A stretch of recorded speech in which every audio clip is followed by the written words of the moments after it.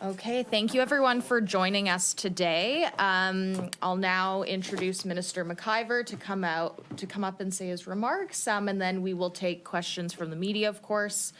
And yeah, we can get going. Good day. Thank you all for being here. And today in the legislature will be introduced Bill 20, entitled the Municipal Affairs Statutes Amendment Act. If passed, this bill will amend the Local Authorities Election Act and the Municipal Government Act to update the rules for local elections and locally elected officials and councils. And through the MGA, we are also creating options for municipalities to accelerate housing development in their communities. More to come on that in a few weeks. Albertans expect fair and free elections. And through this legislation, we are ensuring the locally elected officials and councils are accountable to the Albertans who elect them and make decisions that are clearly in Alberta's interest and reflect the transparency and fairness that the citizens of Alberta deserve. I'll talk about each of these acts in turn and go through some of the key changes the provincial government is proposing to make, as well as the reasoning behind them. So I'd like to begin by addressing one of the biggest questions that Albertans have had in recent months regarding local elections. If passed, Alberta's government will be updating the Local Authorities Elections Act to enable local political parties to participate in local elections, including being identified next to a candidate's name on a local election ballot. Our decision is focused on transparency. I've said this many times through speeches to Alberta municipalities and the rural municipalities of Alberta, as well as in numerous individual conversations with local officials and municipal councils. Party affiliation at the local level is something that happens already, particularly in the bigger cities. I know this firsthand.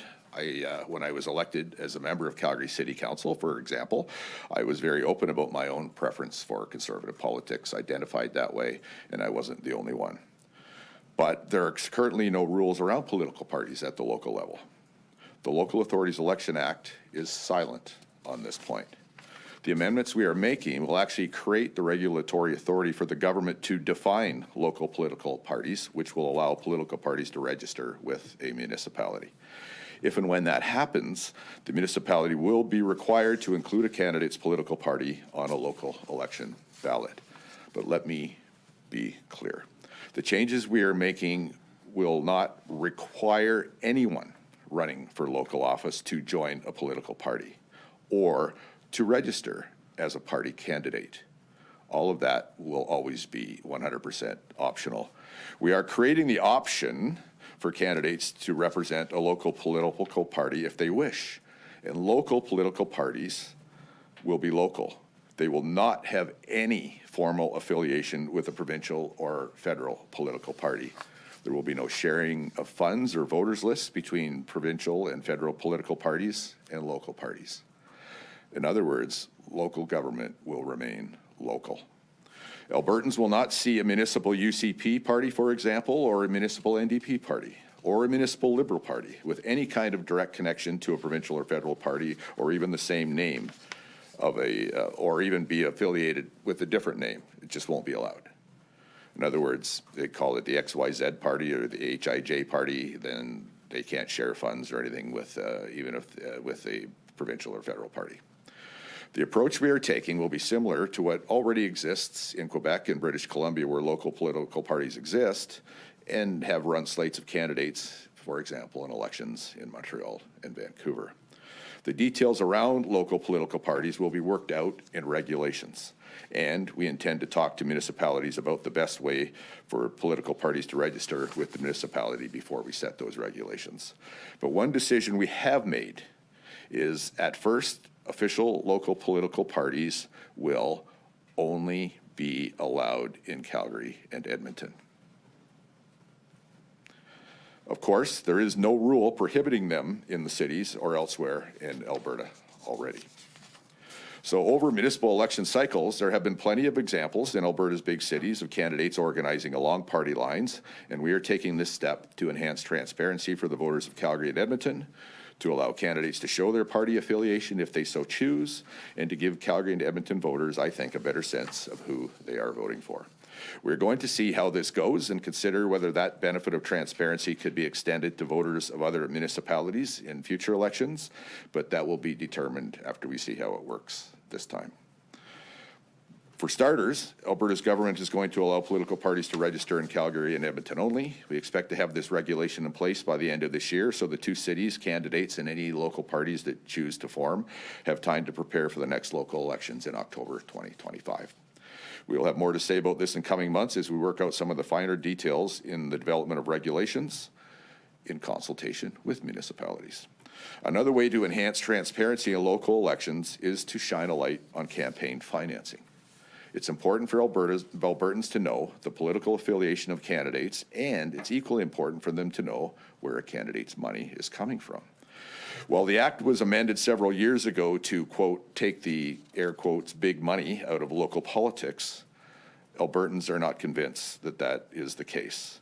Rather, it appears unions and corporations have found a way to donate around the restrictions, which is now less transparent than it once was, which is why we are updating the Local Authorities Election Act to allow donations from unions and private corporations and removing the restriction on donating before the municipal election year. A lot more similar to what happens in provincial elections for those keeping track.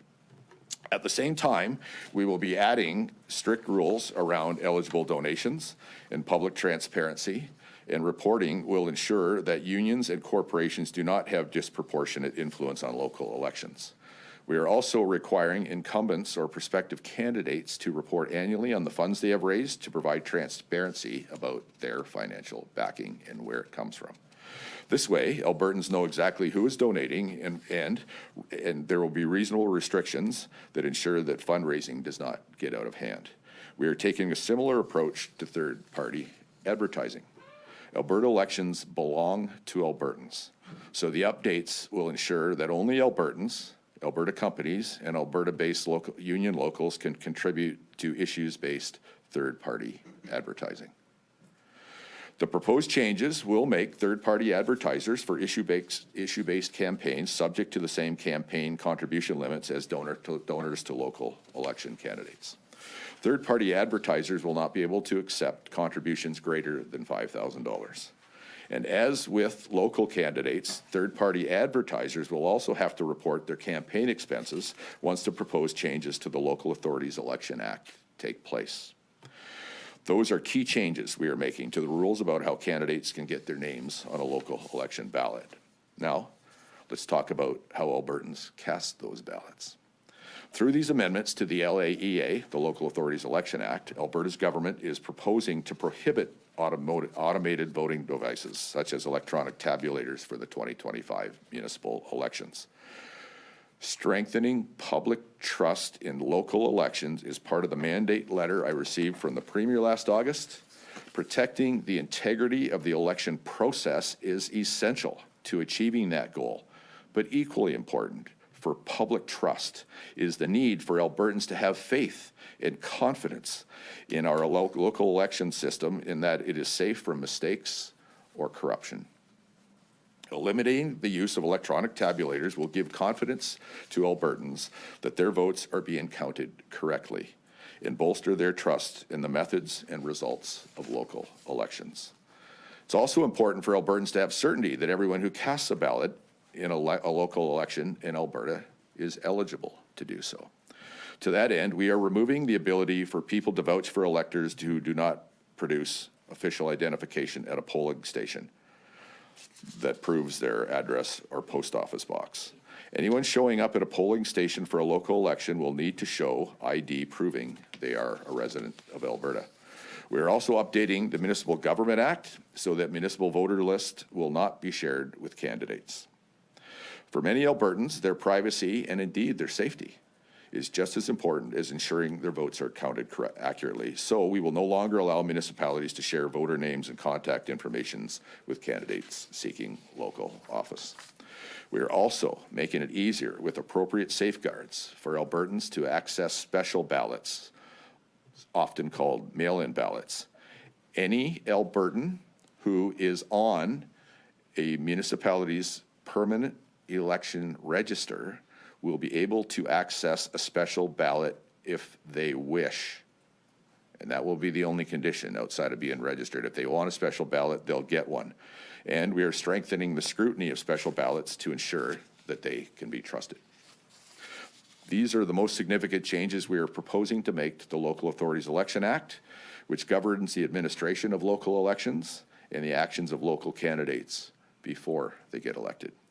And there are several other relatively minor administrative amendments, such as enabling municipalities to require criminal record checks for candidates, allowing for local elections to be postponed if there's a natural disaster or emergency, ensuring voters waiting in line get a chance to vote when a polling station closes. In other words, if they're there before the polling station closes, they get to vote. Nobody walks up at 9 o'clock or 8 o'clock, whatever the time, and says, yeah, you 100 in line, tough luck. That won't happen. And also aligning candidate eligibility with disqualification criteria in the MGA. Speaking of the Municipal Government Act, I will shift gears now and go through the changes we are proposing for the rules that govern local officials after they have been elected, as well as some provisions that will make it easier for municipal authorities to get housing projects off the ground. First, the proposed amendments to the Municipal Government Act will give Cabinet the authority to require a municipality to amend or repeal a bylaw. We are doing this in order to protect the provincial interests by ensuring municipalities are governing affairs that are within their jurisdiction. This authority will also give the provincial cabinet the ability to direct a municipality to take specific actions to protect public health and safety. This is the overall purpose of these updates to the Municipal Government Act, to establish broad authority for the provincial cabinet to intervene swiftly, but only when necessary, to give municipal direction when there is a clear risk to the provincial interest or to public health and safety. It is our intention that such interventions will only be considered at last resort. My most fervent wish is that this authority is never, ever used. We don't want to intervene in municipal matters. In fact, we always prefer for municipalities to be operating efficiently and within the parameters of the Municipal Government Act, but past experience has taught us this is not always the case. And Albertans deserve to have a Municipal Government Act that does a better job of protecting their interests. We are taking a similar approach to the question of dismissing councillors. Albertans deserve to have faith in their local governments and in the local officials who are elected to represent them. Occasionally, the provincial government is asked to look into the management of an Alberta municipality and the leadership of its elected officials. We always treat such requests with the due diligence that they deserve. In rare instances, where significant concerns arise about the management or leadership of a municipality, the government can order a municipal inspection. Municipal inspections follow a robust, thorough, and transparent process. We will continue to follow this process when the need for a municipal inspection arises, but we are now adding 2 new tools to allow Cabinet to act more swiftly if the situation calls for it. And let me repeat, our most fervent wish is to never, ever use this authority. We are planning to update the Municipal Government Act to allow the provincial cabinet to remove a local councillor if it's clearly in the public interest to do so, or to order a referendum, to allow voters to recall a locally elected municipal official if they wish. This authority will not replace the municipal inspection process that is currently in place. Cabinet would consider the situation very carefully before exercising this authority to ensure that the principles of fairness are being followed. Again, Alberta's government is reluctant to intervene in municipal matters, especially when it comes to local democracy. We have free and fair elections in Alberta, and their results must be respected. And as I mentioned earlier, it is vital that we are protecting the integrity of local elections. But Cabinet needs to have the ability to dismiss a councillor or call a referendum to dismiss a councillor in those very rare situations when it is clearly in the public interest to do so. From our perspective, it is better to leave such decisions to the voters, where those decisions belong. We are also updating the Municipal Government Act to make municipal affairs responsible for validating recall petitions. Currently, it is the job of the local CAO the chief administrative officer of a municipality to count and validate the signatures on a recall petition. And I have heard loud and clear from many CAOs across Alberta that this puts them in an untenable position where they have to decide on whether their boss gets fired or not. It's not fair to them, and we're going to fix it. So we are shifting that work to the Municipal Affairs, to my ministry. It makes sense for the provincial government to assume the work of validating recall petitions and informing locally elected officials whether or not a recall petition has been deemed sufficient. So that's a thing we can fix, and we are fixing it. These are the most significant changes we are proposing for the Municipal Government Act as it relates to holding elected officials and municipal councils accountable to Albertans. Our Municipal Government Act amendments also include changes that will allow duly elected municipal councils that are functioning properly and within the boundaries of the Municipal Government Act to take some proactive steps towards addressing one of the most pressing issues of our time. Affordable and attainable housing has become one of the most urgent concerns across the country, and we are unlocking policy options for municipalities to consider as they take local actions to address housing affordability. There's so much we'd like to talk about in these changes that we decided to set aside a future date to go through these amendments specifically, and probably in conjunction with what Minister Nixon and his ministry are doing. We will talk today about the legislative changes to the Municipal Government Act, but the whole government package, including the other ministries, we think it's worth talking about together, because that really will give people a picture of what we can improve in making affordable housing more possible to be built.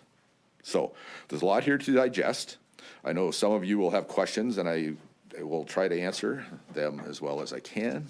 In closing, let me say that we will be working with municipalities in Alberta to ensure they understand the updated election rules and the requirements that all locally elected officials and local councils must follow. It is vitally important that we do what we can to ensure the local election process is transparent and keep local elected officials more accountable to the people they represent, while keeping those local elections local. Albertans expect free and fair elections, and that is why we are strengthening the rules that govern municipal elections. And with that, I shall attempt to answer your questions. So we'll now move on to questions from the media. We'll start with a few questions here in the room. We'll move to the phone lines after, and then we'll come back to the room here. Lisa, go ahead. Hi, Lisa Johnson with Canadian Press.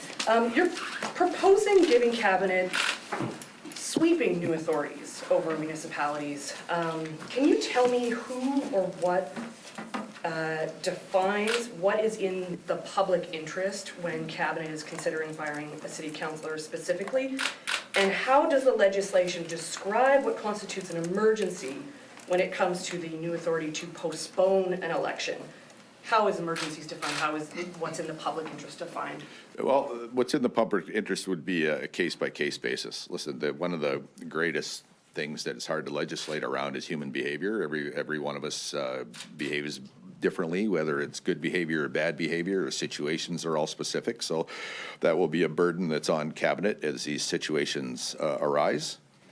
And I will say it is new authority, but it might not be quite as sweeping as you think, because that authority for Cabinet to overturn planning decisions has been in place for years, if not decades, and I've been told that it has been used 0 times. So I'm not making light of it, okay? But it's important to note that some of that authority has been there for years or decades and never once been exercised. Do you have a follow-up? Yeah, so on that point, I mean, you said these measures are meant to be a last resort. You hope that they're never used. Yep. But, so I guess my question is the intent of this then to create a chilling effect? I mean, city councils are going to think twice about introducing a bylaw they know that you won't like, because they'll just be publicly vetoed. I mean, is that the intent here? No, I think it's a good reminder for us all, and the province needs to be warned about this, to stay in our lanes. We often remind the federal government and municipal governments to stay in their lane, and occasionally, perhaps the provincial government needs to be reminded to stay in their lane, and this is one of those examples. And I'll give you a recent example where this where we didn't have this authority is when at the end of COVID, when we took away the public masking bylaws. The municipality of Edmonton, for some reason, decided that they would step in and be the provincial government and put in place a masking bylaw. We had to put a piece of legislation in the House to actually reverse that. Now, at this point, and it wasn't extra onerous because the House happened to be sitting. But let's just say that happened right at the beginning of the summer break when the House wasn't going to sit for another 4 or so months. We would have had to recall the legislature to actually fix that, where now we would not have to go to that extraordinary step. So this is actually, there's a historical reason for this, and we're hoping not to have to do that. But if it crops up again, some unfortunate decision where, and I'm sorry, I just got to call it what it is. It was an unfortunate decision that Edmonton made to step in and try to be the provincial government. We had to put a stop to it. And next time it won't have to take a separate act of the legislature to do that. Move to another question in the back there. I had a question, Darcy Robson, City News. I had a question about the political parties. You can already kind of tell if a councillor is left or right or in the center. If these parties aren't going to be tied to provincial or federal parties, why have them, especially when a lot of civic leaders have seemed to speak out against them? Well, thank you for acknowledging that it's already there. I'm grateful for that. You just agreed with some of what I just said, and I'm grateful for that. So it's already there, and so we think that we need to make it accountable, put some rules around it, some spending caps, some fundraising caps, some rules about sharing money, and some transparency. So I guess what I'm hearing you say, and I don't want to put words in your mouth, is that this doesn't change a lot, except put some rules around it. And then my second question was about the electronic changes to the tabulators. Has there been an example of a time in Edmonton or Alberta or Canada where their integrity has been called into question? Not by me. I've never called their integrity into question, but you know what? If you talk to Albertans, you will find a number of them that don't have faith in machines counting ballots. But the most important point, if you don't mind my saying, is not whether the machines are good or not. The most important point is whether people believe the machines are okay or not. So what's much more important than the efficiency of counting ballots or even the quickness of counting ballots, the most important point is the morning after an election, when hopefully the smoke is all cleared and all the votes have been counted and the winners have been announced, that the members of the public believe that those that were called the winners were the winners legitimately. And if we can reduce doubt in the public's confidence about who is declared the winners, we think that rises above all other considerations. If I may though, there's still recounts though. Is that like if a vote was close, like people could demand a recount? If a vote is very decisive, it's quite obvious that a person won, like, you know? Well, if I have this right, I'll invite my staff to correct me in case I don't get this exactly right, but I don't think you actually can demand a recount. I think you're going to have to go to court and ask for a recount, and the court has to grant you a recount. One of the things that we are changing in this legislation is that when the votes are cast, if the space between the winner and the second place candidate is 0.5% or less, the only thing the second place candidate has to do is go like this and they get a recount. After this legislation's passed, before this legislation's passed, no matter how close it was, if there's one vote difference, they still have to go to court and ask for that recount. Move to the next question. Just a reminder, one question, one follow-up. Michelle. Yeah, I want to get back to this whole issue of allowing cabinet to remove accounts during the public interest.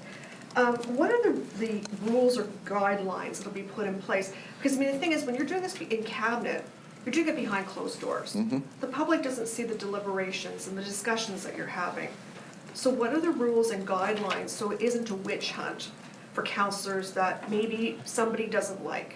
You know, I love that question because when we talked about this, we talked about like what are the legitimate guardrails. And I'll tell you what I believe the most important and legitimate guardrail is that the announcement will have to be made publicly. And the public, both directly and through the media, will say, how did you come to this deliberation? And I would say to you, and you might even, I hope you agree with me, but you not necessarily, is that if cabinet makes a flippant decision or one that the public thinks is, you called it a witch hunt, let's just say it's an unreasonable, partisan, selfish decision, I think that the cabinet would be at great risk of being held accountable at the next general provincial election, and it may cost cabinet dearly. So I would say that's a pretty big guardrail, because I think cabinet was to make any of these decisions, which I have said and I really mean that I hope we never have to, never are required to. We'd better be able to explain to the public why. And I think if the public looks at a decision like that and say, okay, that makes sense, then I think that's a pretty good thing. And if the majority of the public says, wait, whoa, that doesn't smell right, that doesn't look right, you got rid of a real or perceived enemy, whatever reason is not reasonable, I believe the public will hold us account in the greatest way possible at the next general provincial election. And I think we ought to be very wary of that. And I, for one, am, and I believe all my cabinet colleagues are too. You're saying that though, but the thing is that on the issue of political parties, municipal groups, councillors across the province, even the public have told you, we don't want this. We don't want this at all, yet you're going ahead with it. So that's why I'm asking, if cabinet were to make a decision about removing a councillor and everybody gets mad, I think a lot of people might think you guys will say, so what? We would do that at our peril. And let me just say, we will release the results very soon of our public consultations, and 70% of the public don't want political parties. And over 98% of municipalities won't have one. In fact, the only place where political parties will be, in fact, political parties right now can happen in all 330 municipalities. There's nothing stopping them, okay? So that's already there. It's always been there, the ability. But the putting formal rules around it will only happen in the 2 largest municipalities, where I would submit to you, and at least one of your colleagues here has said that there's pretty good evidence that party affiliation and organization already happens in the 2 big cities. Right there. Matthew with the Journal. Yeah, just talking about parties again, I understand you think it's a good idea, but can you point to anyone else who does, just given the feedback Michelle was mentioning? I do get feedback from people that think it's a great idea. Albertans that contact me, yes. Yeah. Not Ontarians? I kind of don't really regard impact from Ontario very highly. Not that the people from Ontario aren't important, they're just not the ones that I report to. But no, I've heard from a number of people. I've heard both sides, sir. I'm not going to tell you that it's a one-sided thing, but a lot of people that actually watch Calgary and Edmonton more closely would agree that the political affiliations, real or perceived, seem to shine through on a regular basis. Do you have a follow-up? Just again, this is a pilot project for 2 cities for, sounds like a couple years at least. Like what Well, metrics? 4 years, because that's how long. Okay. I'm not being smart mouth with you. I'm just, to be clear, it's 4 years, which gives us lots of time to carefully consider how well it worked or didn't work, and try to make good decisions thereafter. Sure, fair. So what metrics are going to use over that time period to determine if this was a successful project or not?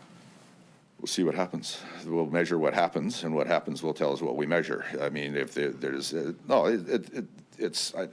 fact is, if it seems to work well, and we get feedback from the public to say, okay, this is helpful, I knew who I was voting for and knew what policies they would likely support, and that helped guide my vote, and I feel good about that. And the other thing about it is, too, it also works the other way. I voted for candidate L, just picking a letter out of the random letter out of the alphabet, and that candidate said they were NDP or said they were conservative, and yet they voted the opposite way, then there's an accountability issue there, that you promised me you would vote along this ideological line and you didn't. Then that's another way to hold elected officials accountable. Certainly on the provincial level, I know that people try to hold us accountable that way too. I would imagine the other parties deal with the same thing. When people say that wasn't a very conservative vote, a very conservative policy, I hear about it, and that's fair. We'll now move to questions on the phone. We'll come back to the room after. Operator, could we get our first caller, please? Thank you, Alexa Post in the Capper Signal. Go ahead. Hi, thanks for taking my question. So kind of similar to what was said earlier, a lot of Albertans don't trust the tabulators, and There's been a lot of talk about Dominion voting machines being accessed via the internet to correct the vote. Do you know if it has been verified that the tabulators have had problems in terms of reflecting the correct vote count? You know what? I don't know of any voting tabulating machine that I won't neither vouch for one nor say anything bad about them. But the fact is, there are some Albertans that don't like the idea of machines counting their ballots. And as I said, this isn't about any particular liking or disliking any particular machine or brand of machines. This is about the confidence that the voters will have the morning after the election. What's most important is protecting the institutions that people trust when they vote for a provincial person or a municipal person. The institution of that municipality has to be trusted, and people have to believe that those that assume their seats within a municipal council are the ones that most of the public wanted there. And in other words, the one that got the most votes. And the more confidence that we can give the general public, the trust that the person sitting in the seat is the one with the most votes, will actually bolster confidence in the institution of municipal government. And that is that's our highest priority, and we think that the high priority is well placed. Do you have a follow-up? Yeah. Who will be responsible for organizing the criminal checks for political candidates within the municipalities? And will the findings of specific criminal checks be made public to the voters? Listen, I was listening, but somehow I didn't hear that very well. Can somebody help me out with that, or can you say it again, please? Can you repeat your question? Yeah. So who will be responsible for organizing the criminal checks for political candidates within the municipalities? And will the findings of specific criminal checks be made public to the voters? I expect that they will, and each municipality will make that decision. What I said in my remarks, but there was a lot of stuff there, so I will go backtrack just a little bit for everybody's benefit, I hope. Criminal record checks, will each municipality have the option, not the requirement, the option. I expect a lot of municipalities won't do it. Particularly a lot of rural municipalities that have a hard time getting enough candidates to fill out council already. Probably don't want anything to make it more complicated to do that. After most general elections, we almost always immediately call several by-elections because not enough people put their name in the ballot to fill out the whole council.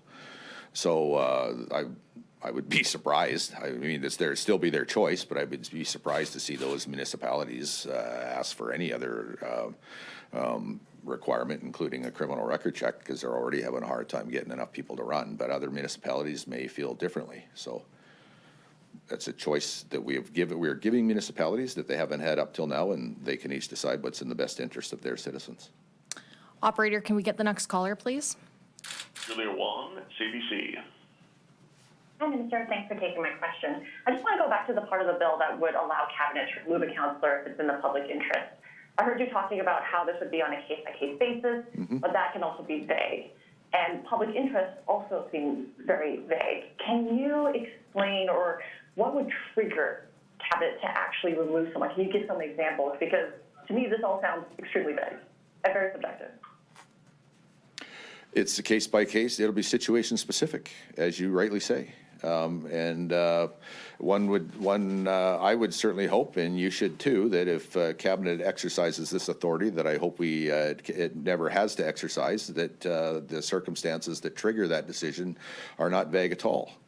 Because I think the public will be most unforgiving of us if we make a decision to dismiss a duly elected councillor and don't have a darn good reason for doing so. I think we'll pay a big price for that. So that's why, again, first of all, I hope it never has to happen.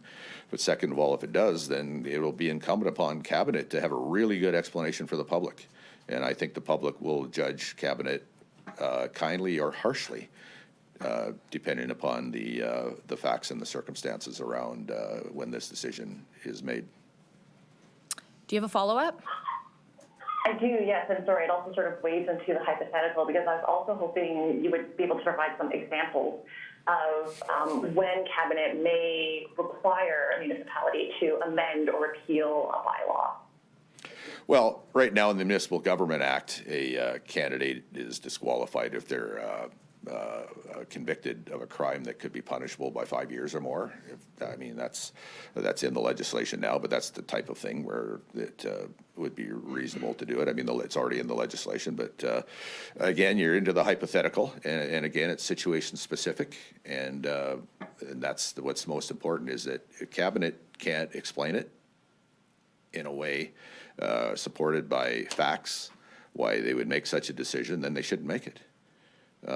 So that's a high standard, and I believe not only was government required to hold ourselves to that, but the public will hold us to that, and people in this room, the media, will hold us to that. Operator, can we get the next caller, please? Thank you. Madeline Cummings, CBC. Thank you. Mr. McIver, what would you say to someone who views some of these changes, particularly the province being able to repeal any city bylaw, as a major removal of power away from municipalities? For example, the UCP government doesn't have any cabinet ministers who are elected in Edmonton. Why should it get the power to decide behind closed doors how Edmonton runs the city? And why not write guardrails into the legislation rather than relying on a future election, which could be years away? Oh, no, listen, we already have authority through the Municipal Government Act over municipalities, and at least on planning and development issues, we've had the authority to override council decisions for years and decades, and the authority has been used, I've been told, 0 times. That should give the public some comfort that nobody's got an itchy trigger finger here.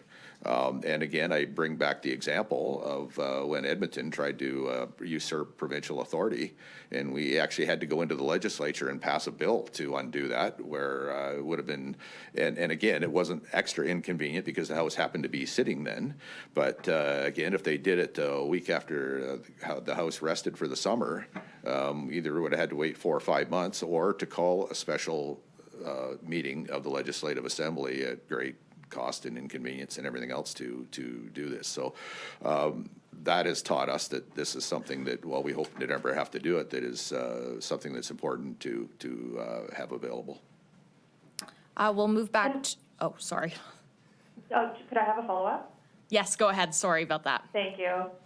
Regarding the voter tabulator machines, you said Albertans have expressed distrust in these. I'm wondering, is this legislation based on anecdotes shared from a few people, or is there a larger data set here? No. Did you quantify that distrust? Because, say, if a handful of Albertans said flu shots don't work, we might not see legislation brought in to ban them. Well, I'm not sure those things are equivalent, and I said some Albertans, and we've heard feedback from Albertans that want votes counted one at a time so they trust the results. The most important thing that we can do as a government when we're talking about any election, whether it's municipal or our own, is that if people trust the most important institutions in our society, and some of the most important institutions in our society are our governments, municipal, provincial, and federal. And if you want people to respect those institutions, the first thing they have to do is believe that the people sitting in seats of influence actually are the ones that had the most votes. That's most important. And so it overrides any concerns about convenience, any concerns about speed. It's something that happens every 4 years, and if you don't get that right once every 4 years, then I would suggest to you that we've lost the script for the whole 4 years if the public doesn't believe that those sitting in the elected seats are actually the ones elected, and we're taking that seriously. We want Albertans to believe. And you know what? Counting paper ballots has worked since 1905 when Alberta became a province. I doubt you'll find very many people that would tell you that won't work. So we're going with what we know works, with what we believe all people will believe in. We've heard from a number of people that don't believe in machines. I won't comment whether their concerns are founded or not, but the fact is, what's most important is the morning after, people believe that the ones sitting in the elected seats are the ones that actually receive the most votes from eligible voters. We'll go back to the room. Jonathan? Jonathan Bradley, Western Standard. So you said that you want to put a ban on electronic tabulators and voting machines in municipal elections. Why not just reduce the number and instead, why are you implementing an outright ban rather than just reducing the number?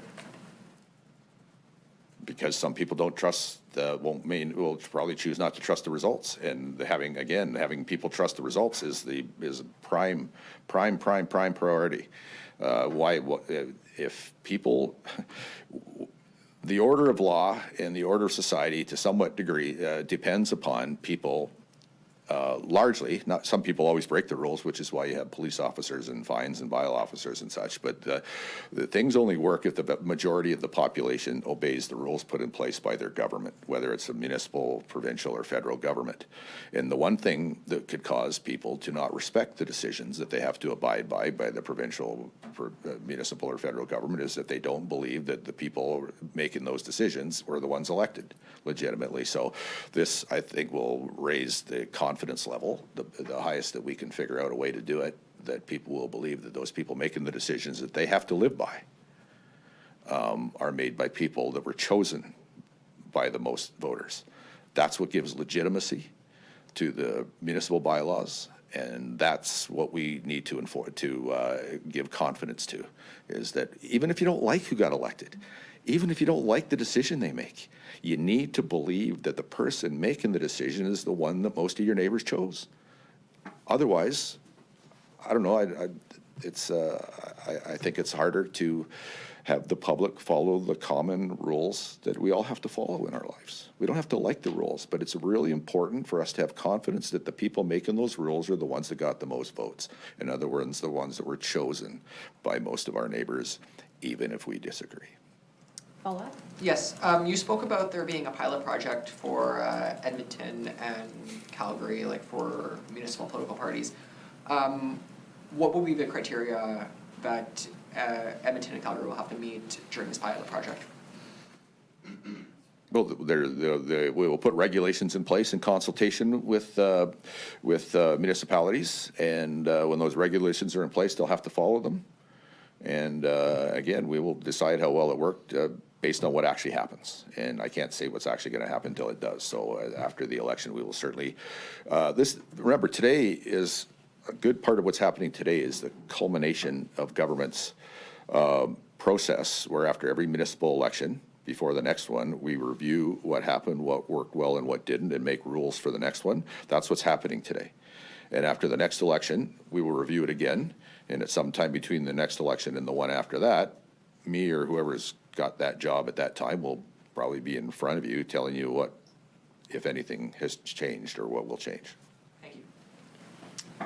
Shalane? Yes. I thank you so much for taking my question, Shalane Skolsky with CTV News. I apologize, I'm going to come back to that issue of repealing bylaws or removing councillors. Just another crack at it. I know you've said like a case-by-case basis, you can't legislate around human activity, but I just want to go back to my colleagues' questions on the phones. Why not write those guardrails right into the legislation? You know that there's going to be criticism from those who say this is about the UCP pushing their provincial agenda onto cities that might not necessarily agree with them. So why not just write some safeguards into the legislation to try to avoid for this to be abused by maybe not even your party, but futures? Well, because I believe that there's, because the number and variation of circumstances that could crop up are so wide, probably wider than any of us in this room can imagine, if you take time to think about the interesting things that human beings can do, that I think it would be almost impossible to actually enumerate all the things. So it's in the public interest. And again, the greatest guardrail of all is the public pressure and the pressure that you folks have put on if any government, current or future, makes a decision that doesn't stand up to scrutiny. I think the public would judge that very harshly, and which is why cabinet should always think again and then think another time after that before ever exercising this authority. I know you've talked about consulting with municipalities, with stakeholders of associations, but we've heard very loudly from municipalities for months, if not a year, specifically talking against this idea of political parties in municipal elections. So should the takeaway be that consultation didn't matter? I think quite the opposite. I think we've shown amazing evidence today that it did matter. At one time, we considered doing this for all municipalities, and out of 330, we're down to 2. 70% of people don't like it. 98% of municipalities won't have it. I'd say we listened pretty hard. Anyone else in the room? in the back there. I'm sorry if I make you repeat, but I'm still a bit confused about the point of remove councillor. So, do you have like a concrete example of when the government could remove councillor? You know what, I'll just give you what is in the legislation. The historical legislation is a councillor convicted of an offense punishable by 5 years in jail, or 5 years in jail, would be removed. That's there now. That's not changing, but if you want to, there's an example. But here, one of the things that is changing on that is that currently, if a municipal councillor is convicted of an offense punishable by 5 years in jail, they are disqualified under the legislation even before this piece of legislation gets passed. But, here's the but, if the councillor doesn't quit, then somebody has to go to court and have a judge agree that they're dismissed, where after this, if this legislation passes, they'll just not work there anymore. Now, they still have the option to go to court if they strongly disagree, but and there's a guardrail there too. Even if cabinet makes a decision that that the councillor believes is just not just, they do have the option to go to court. And again, just one more reason why cabinet should be careful about ever exercising that authority. It's kind of a big black eye if you exercise the authority and a judge says, yeah, you're wrong. So I'm not sure any cabinet or cabinet member really wants that on their track record, and it can happen. It can happen just because a judge disagrees with you, but let's face it, the public would be probably more than a little bit unkind if that happens. Do you have a follow-up? Yeah, also, about the repeal of a bylaw, what kind of bylaws are we talking about? Like, could you change any bylaws that is not aligned with the goals or objects of the government? Yeah, well, listen, there's the authority that a municipality has now to pass any bylaw comes from provincial legislation. Full stop. They have no authority without provincial legislation. They don't exist without provincial legislation. So that's not as new, I would say to you, as you're trying to make it sound like, because the fact that whatever authority they have now to pass bylaws comes from provincial legislation. We're just, there's one more option to narrow it. I would agree with that. That's what we're presenting to you today. But the authority that they have, the ability that they have to do things, all comes from provincial legislation, as is enumerated in Canada's Constitution. Catherine? Yeah, I have a very specific example for the removal of a single councillor. Sean Chu was one of those that was brought up, and you said you didn't have the authority when that happened. Would this apply to Sean Chu? That would be up to the cabinet of the day. I would say that. And another question on the transparency with political parties. You can't have any affiliation with a provincial or federal party. Yep. And there's no obligation to join one of these slates. Mm-hmm. So, I mean, doesn't that create kind of a loophole? Like, I could be a NDP affiliated candidate and not run under a banner, and I could have all the staffing resources from the party to help me out on my campaign, although it wouldn't be official party funded. Like, isn't there a loophole where this could still be happening? They just don't have to declare for a slate? Well, you're making an argument to make it apply to all municipalities and not Calgary and Edmonton, and we don't agree with that argument. Or else we would be doing it. Listen, there are no rules around it now. See, that's what I find most interesting about this. And I know people come about it from a real honest place. They say, well, you're promoting provincial or municipal parties. But in fact, people have always been able to have them. Now, the one thing that they can have now that they couldn't have before is they can have the party name listed on the ballot beside their name. Okay, got that. But the other thing is, there's no rules. It's like kind of the Wild West now. So you could equally legitimately make the argument, we're making it harder to have political parties. Because what you just said might have been able to exist before, but now it won't be able to.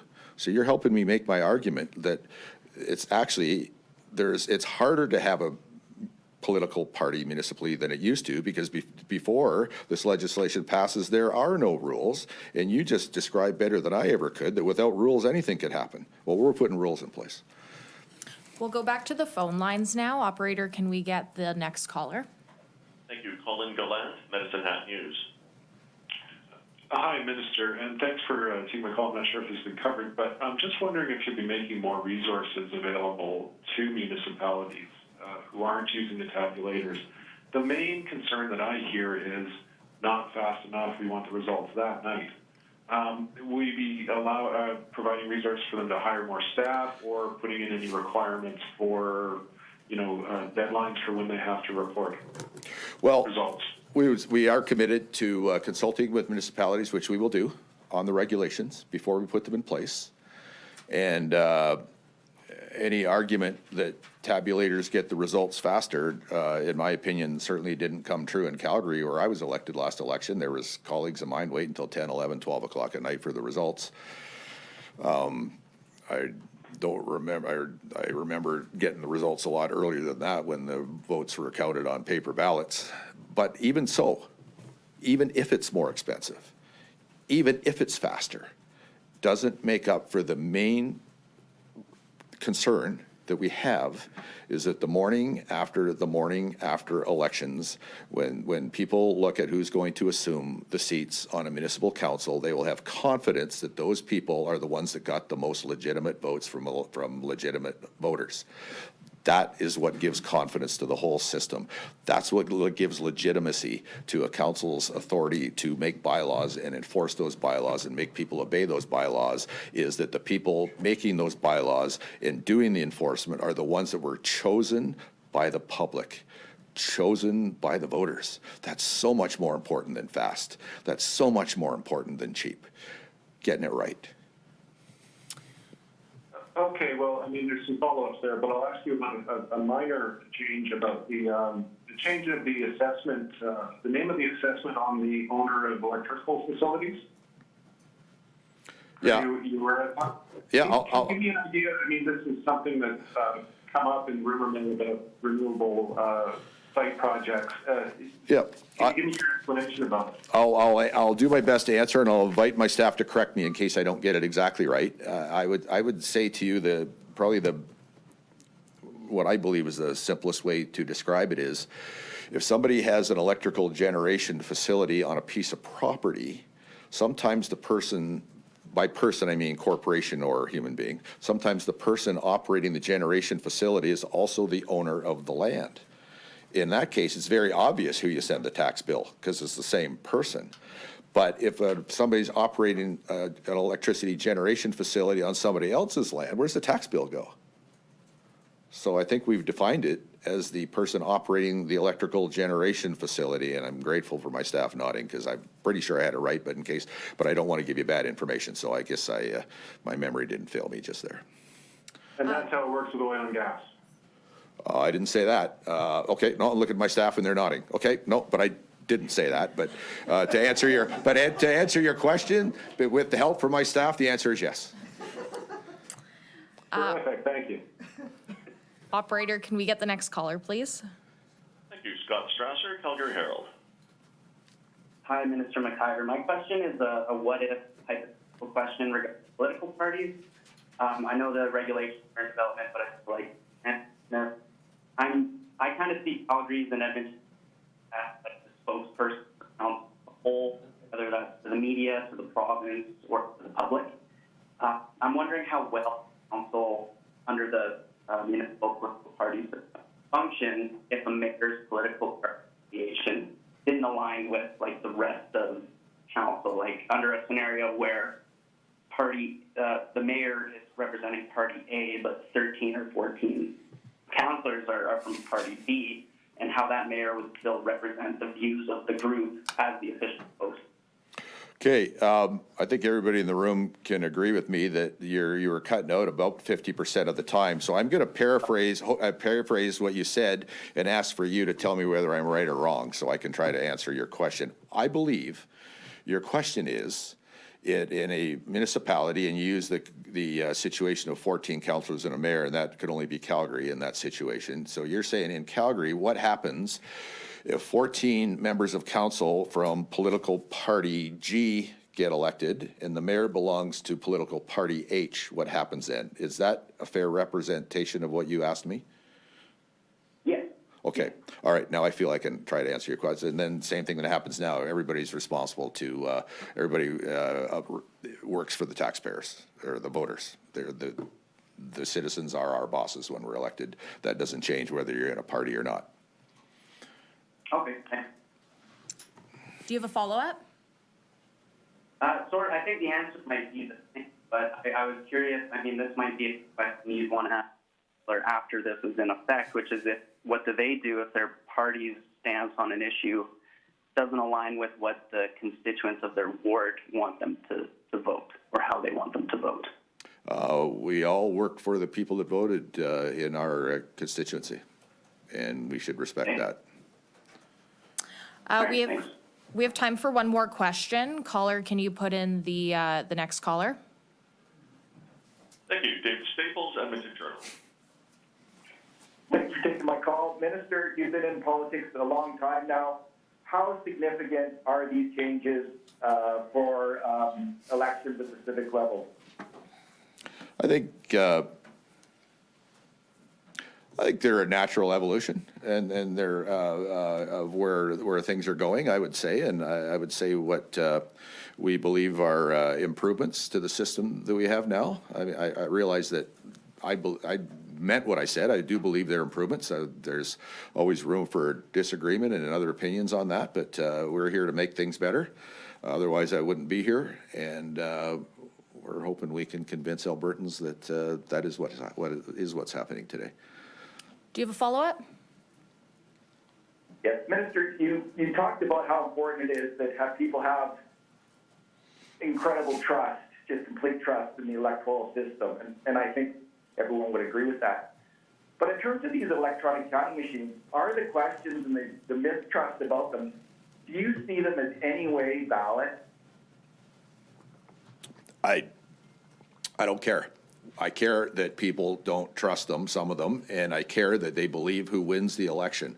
The fact that people believe that the one that is determined the winner of the election is the one with the most votes overrides every other concern. My belief is irrelevant. What matters is that Albertans, the morning after the election, believe in their heart that everyone that takes a seat in their local council is the one that got the most legitimate votes from within their jurisdiction. Nothing else even comes close to being as important as that. Okay, and that's all the time we have for questions today. Thank you so much for joining us. Thanks, everybody.